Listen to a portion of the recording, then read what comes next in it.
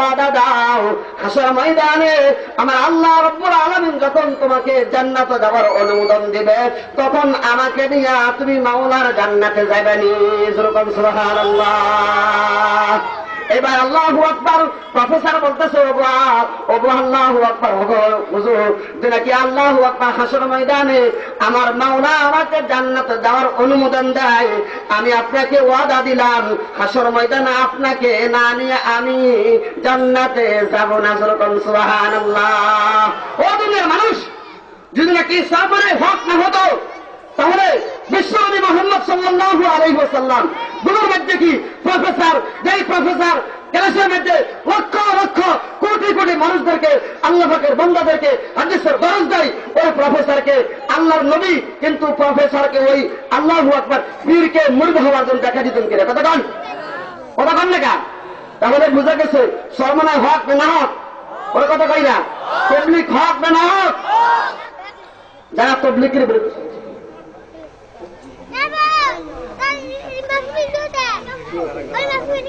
কথা বলার প্রয়োজন ছিল, আল্লাহ একটা কথা বলে শেষ করে দিচ্ছি। যারা সরমনার বিরুদ্ধে তবলিগের বিরুদ্ধে কথা বলবেন, আমি আপনাদেরকে হাতে পায়ে ধরি, আপনি ব্যক্তিগতভাবে কোনো দল করেন, কোনো অসুবিধা নেই, কথা ঠিক কিনা?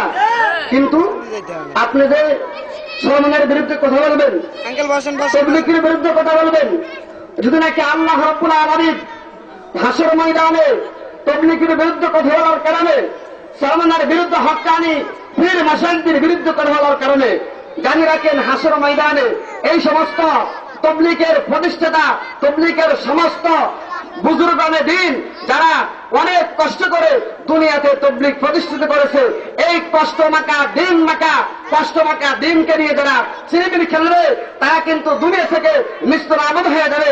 আল্লাহর হেদায়েতের বাতি অতীত ছিল, এখন আছে, বর্তমান আছে, ভবিষ্যৎ থাকবে, কিয়ামত পর্যন্ত থাকবে। কথা ঠিক কিনা? আল্লাহ পাক আমাদেরকে তবলিগের বিরুদ্ধে, উলামায়ে কেরামের বিরুদ্ধে, হক্কানি আলেমদের বিরুদ্ধে কথা না বলিয়া এদের সহচরে থাকার জন্য আল্লাহ পাক আমাদেরকে এদের হাতে হাত দিয়া আত্মশক্তি করিয়া নিজে প্রকৃতপক্ষে মুসলমান হইয়া আল্লাহ পাকের অন্ধকার কবরে যাওয়ার তৌফিক দান করুক। সকলকে আমিন। আমার কথাবার্তা যদি কোনো ভুল হয়ে যায়, অনেক করে মনে কষ্ট দিতে পারে, মনে কষ্ট নেবেন না বাবা। আলহামদুলিল্লাহ আল্লাহ পাক আমাকে বছরের শুরু থেকে নিয়ে পর্যন্ত এই কটা মাহফিলে যাওয়ার তৌফিক দিছে। আলহামদুলিল্লাহ আপনাদের দোয়ার বরকতে অনেক মাহফিল আল্লাহ পাক আমাকে, এখন আল্লাহ আপনাদের দোয়ার বরকতে আল্লাহ পাক উঠে দিচ্ছে আমাকে নালায়েককে।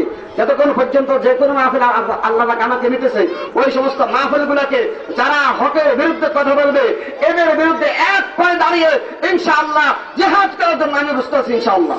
আল্লাহ পাক আমাদেরকে হকের পথে থাকার জন্য তৌফিক দান করুক। ওয়া তাওফীক ইল্লা বিল্লাহ। ইশার নামাজের আজান হবে মসজিদে জামাত, মসজিদে যদি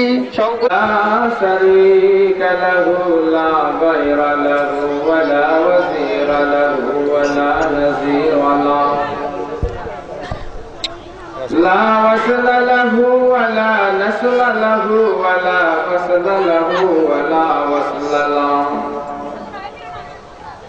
لا جد له ولا ند له ولا ولد له ولا مولود له ونشهد أن سيدنا وسندنا وحبيبنا وطبيبنا وطبيب قلوب المؤمنين ورفيقنا وشفيعنا ومولانا محمدا عبده ورسوله واصبر نفسك مع الذين يدعون ربهم بالغداوة والعشي يريدون وجهه ولا تعد عيناك عنهم تريد زينة الحياة الدنيا ولا تطع من أغفلنا قلبه عن ذكرنا واتبع هواه وكان أمره فرطا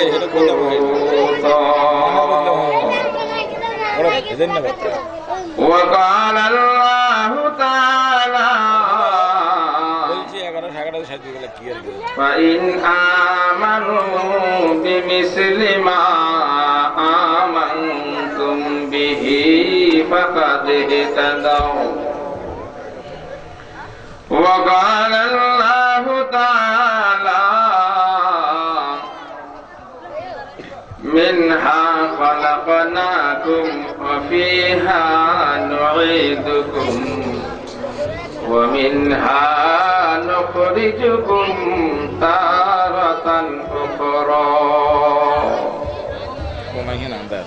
وقال الله تعالى إذا جاء أجلهم لا يستأخرون ساعة ولا يستقدمون صدق الله العظيم قال النبي عليه الصلاة والسلام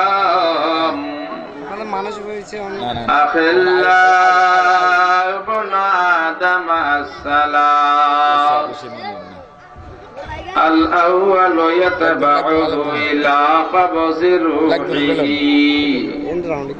والثاني يتبعه إلى قبره والثالث إلى محشره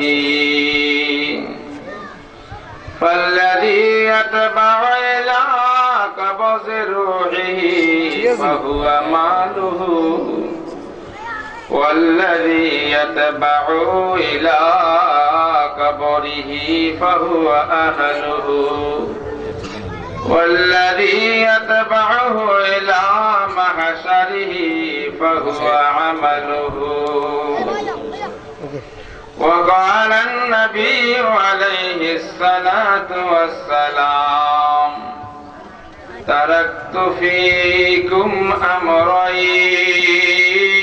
أمرين لن تضلوا ما تمسكتم به كتاب الله وسنة رسولكم وقال النبي عليه الصلاة والسلام عذاب القبر حق سؤاله حق وقال محمد صلى الله عليه وعلى آله وأصحابه وبارك وسلم بلغ العلا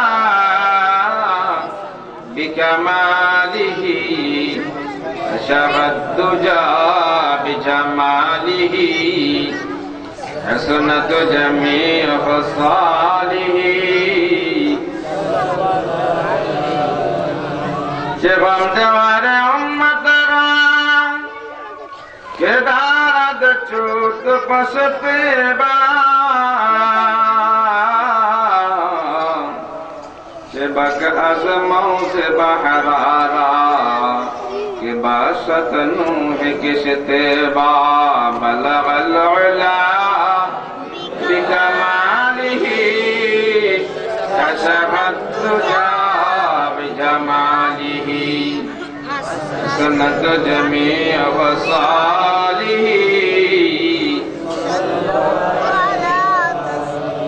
دے مجھے عشق محمد اور محمد یوم گن ہو محمد ہی محمد درد میرا رات و دن بلغ العلا بكماله كشف الدجى بجماله حسنت جميع خصاله একটু জিকির করি লা ইলাহা ইল্লাল্লাহ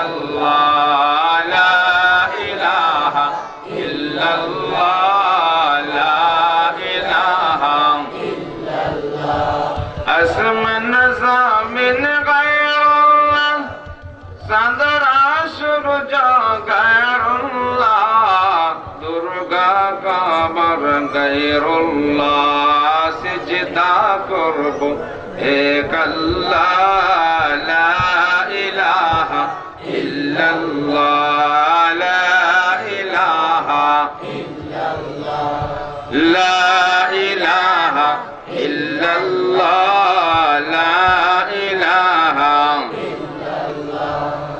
লা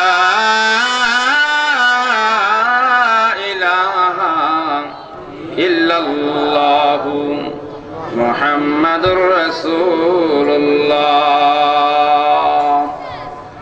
मौत जिस दिन आ गए दुनिया की दौलत क्या हुई, रूह तन से उड़ गई मुर्दा की हालत क्या हुई, रूह तन से उड़ गई मुर्दा की हालत क्या हुई। कैसी कैसी ताजदारा बादशाह चल गया, ओ खसीना बाना खाना शान शौकत क्या हुई, ओ खजीना बाला खाना शान शौकत क्या हुई।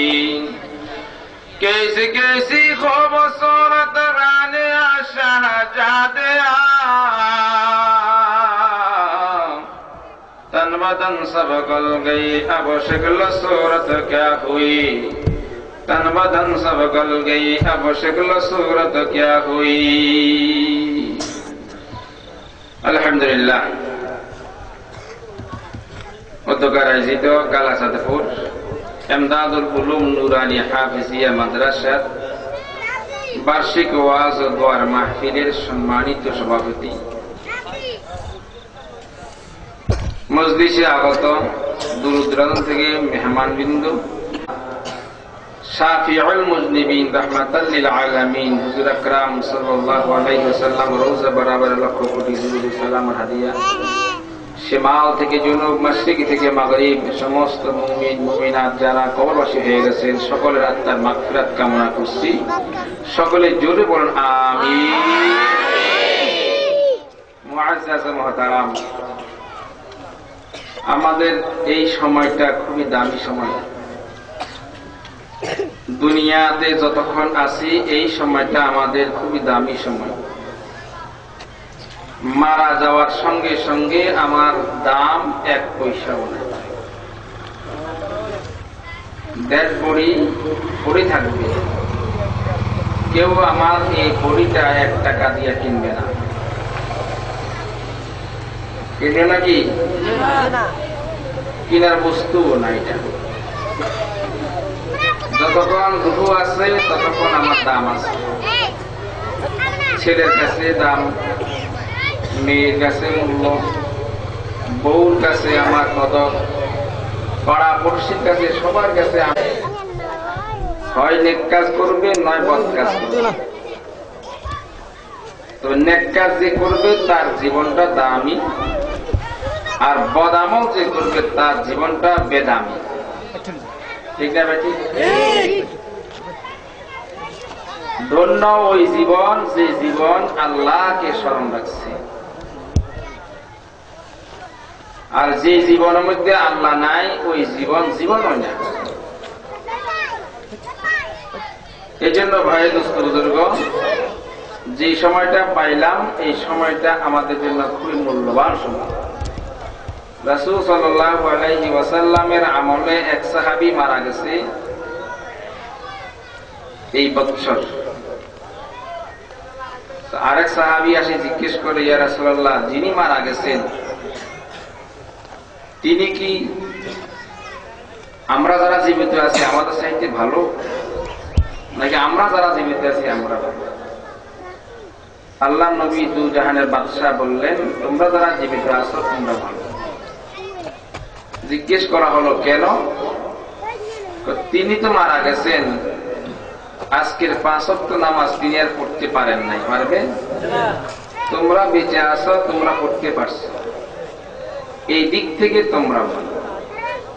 যতদিন তুমি বেঁচে থাকবে আর সুবহানাল্লাহ, আলহামদুলিল্লাহ, আল্লাহু আকবার বলবা, ততটা তোমার নেক তোমার আমল নামায় লিখতে থাকবে। যে মারা গেছে তার আমল নামাতে কিছুই যাবে না। বন্ধুগণ, কিছু সাহাবী এক জিহাদের ময়দানে গেলেন, রাত্রি যাপন করার জন্য একটি তাঁবু করলেন, শুইলেন, কান লাগাইয়া শুনতেছে মাটির নিচ থেকে কোরআনের তেলাওয়াত আসতেছে।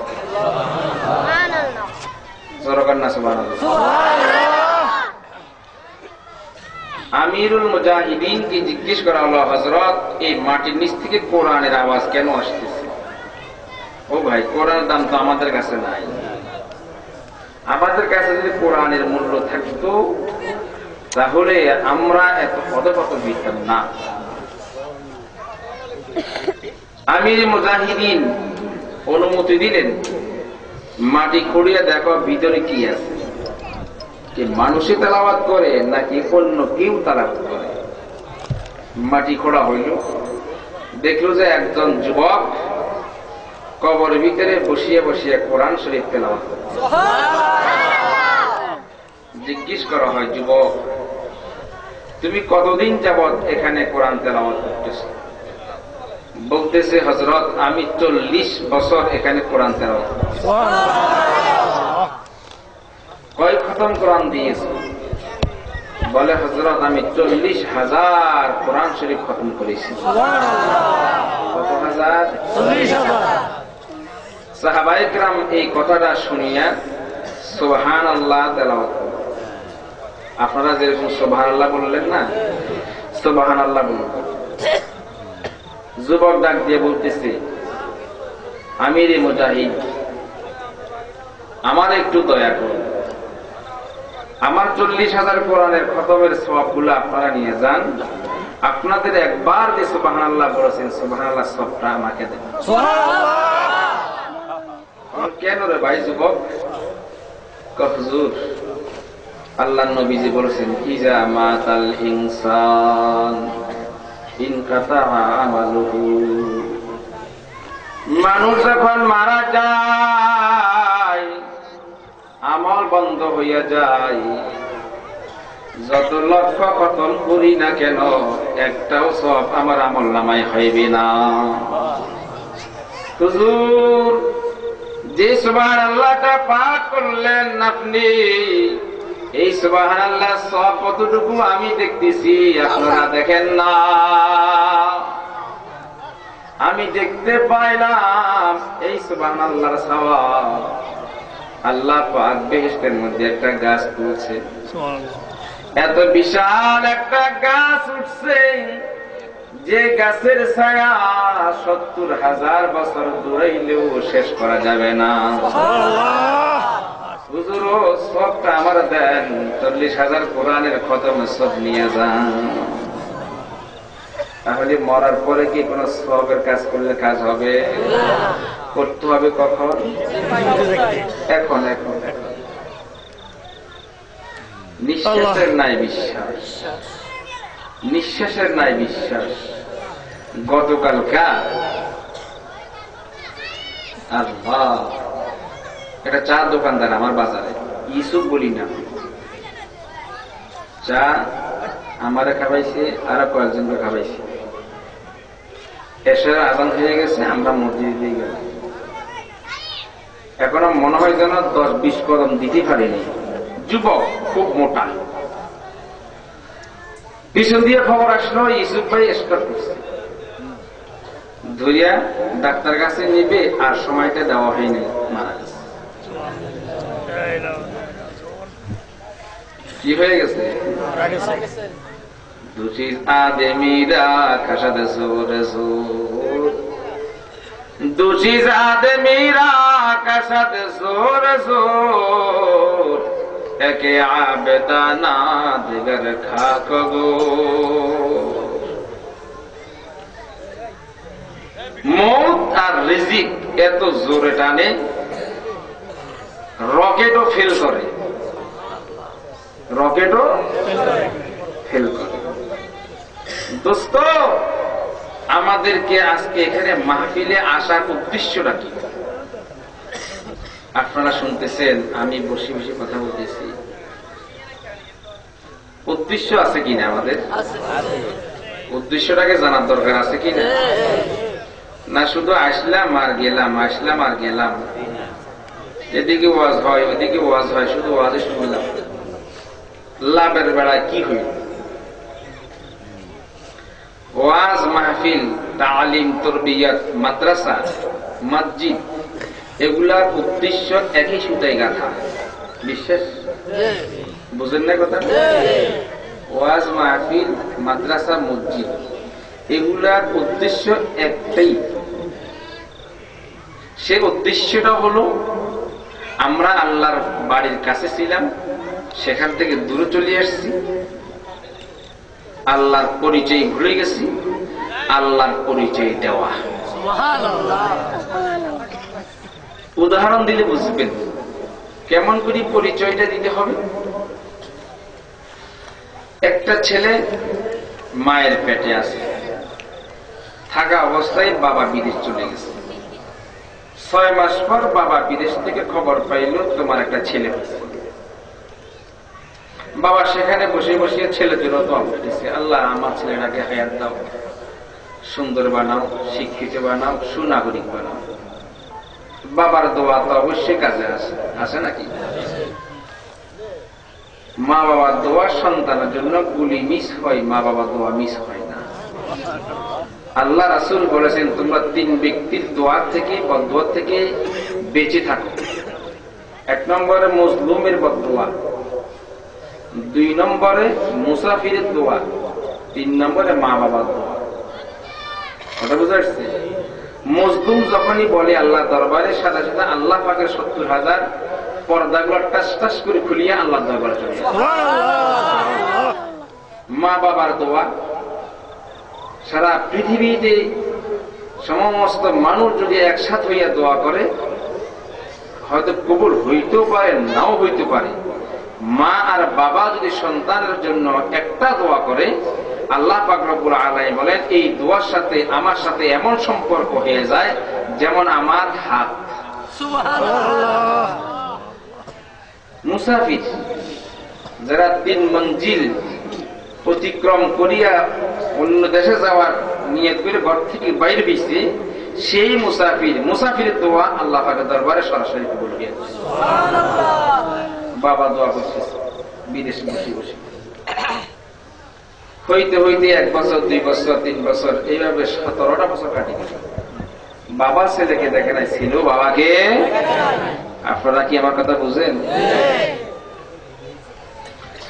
17 বছর পর বিদেশ থেকে খবর পাঠাইলো, বাবা আমি দেশে আসতেছি, আমারে ঢাকা থেকে আগাই নিয়ে যাও। বেগম কি বলল? বেগম চিন্তা করলো কাকে পাঠাবো, লাখপান ছেলে আছে, ছেলেটারে পাঠিয়ে। ছেলে বলল মা আমি তো আপুর চিনি না, আমার সাথে পরিচয় দেওয়ার মতো একজন দিয়ে দেয়। তাহলে তোমার চাচাকে নিয়ে যাও। চাচা ভাতিজা দুজন ঢাকায় এয়ারপোর্ট যায় অপেক্ষা করে। প্লেন নামতেছে না, এখনো আসে না। এই ফাঁকে দিয়া চাচা বলতেছে ভাতিজা তুমি এইখানে দাঁড়াও, তোমার আপু এখান থেকে প্লেন থেকে নামবে, এখানে আসবে, আমি একটু 2 নম্বর জোরটা সারিয়ে আসি। 2 নম্বর জোর সারার জন্য গেছে।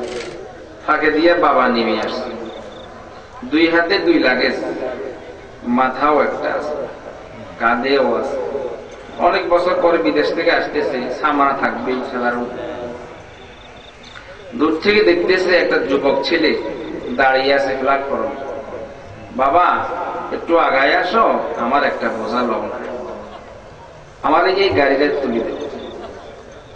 ছেলেটা গরম হয়ে গেছে, আমি কি আপনার বোঝা নেওয়ার জন্য এখানে আসছি? আমি তো কুলি না, আমার বাবা আসবে বিদেশ থেকে, বাবার বোঝা নেওয়ার জন্য আমি এখানে আসছি, তোমার বোঝা নেওয়ার জন্য আমি এখানে আসছি। কথা বুঝে আসছে? কে বলতেছে? ছেলেটা বলতেছে। পক্ষান্তরে ছেলেটা ইংরেজি শিক্ষিত। কি শিক্ষিত? ইংরেজি শিক্ষিত। আর ইংরেজি শিক্ষিত হওয়ার কারণেই এই কথাটা বলতে পারছে। মাদ্রাসায় পড়ে না যদি ছেলে হইতো এই কথা বলতো না। কারণ মাদ্রাসার ছেলেরা কিছু শিখুক বা না শিখুক, মানুষের দরদ কি জিনিস এটা বুঝে। ইকরামুল মুসলিমিন, হাদিস শরীফের মধ্যে আছে, যদি কোনো ব্যক্তি একজন মুসলমান ভাইয়ের একটা হাজত পুরা করার জন্য আগাইয়া গেল, পুরা করতে পারে নাই, এর আগে তার হাজতটা পুরা হয়ে গেছে। এই যে একটা হাজত পুরা করার জন্য আগাইয়া গেলা, মসজিদে নববীতে বসিয়া বসিয়া 10 বছরে দেখা করা সব তোমার আমলনামায় হইয়া গেল। এই হাদিসটা তো মাদ্রাসায় পড়ানো হয়, এই হাদিসটা তো ইউনিভার্সিটি কলেজ ভার্সিটিতে পড়ানো হয় না, ঠিক না বেটি? ভুল করলাম? ও বন্ধু, ইউনিভার্সিটি কলেজ ভার্সিটির ছেলেগুলা তার উস্তাদদেরকে মারতে দ্বিধা করে না, জুতা দিয়ে মারতে দ্বিধা করে না, ছুরি দিয়ে মারতে দ্বিধা করে না। এখনো পর্যন্ত মাদ্রাসার একটা ছেলে তার উস্তাদের মুখের দিকে তাকাইয়া কথা বলেছে, তর্ক করেছে, রেকর্ড পাওয়া যায় না। এর নাম মাদ্রাসা। সোহবতে সালে তোরা সালে কুনাত, সোহবতে তলে তোরা তলে কুনাত। সৎসঙ্গে স্বর্গবাস, অসৎসঙ্গে সর্বনাশ, ঠিক আছে? ঠিক। কত কথা কম, কথা খালি বিদ্যুৎ খালি ঠেলতে আছেন। জীবন ডাক দিয়ে বলে, তোমার বোঝা নেওয়ার জন্য আসি না,